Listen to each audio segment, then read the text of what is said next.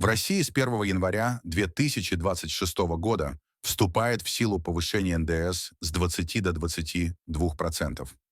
На федеральном уровне заявляют, что экономика стабильна, но жители регионов видят совершенно другую картину. Особенно болезненно решение ударит по национальным республикам. Наша, к примеру, и без того переживает тяжелый кризис. Массовые увольнения, банкротство компаний, малый бизнес фактически разрушается. В аптеках нехватка лекарств, а на заправках бензин отпускают по 10 литров в руки. Наш подписчик из Алдана поделился ситуацией. На госзаправках каждый день трэш, по 10 литров заправляют в день и все. На одной заправке, где две колонки, 92 и 95 очереди, потому что у кого-то бак слева, у кого-то справа, а колонки две.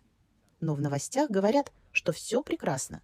Не лучше обстоят дела и с бесплатными лекарствами. В аптеке, где выдают лекарства бесплатные, лекарств нет. Мама диабетик, лекарства не дают, а на пенсию много не купишь.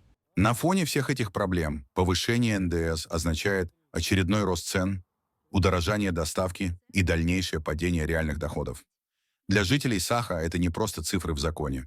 Это еще один удар по республике, которая и так живет на пределе.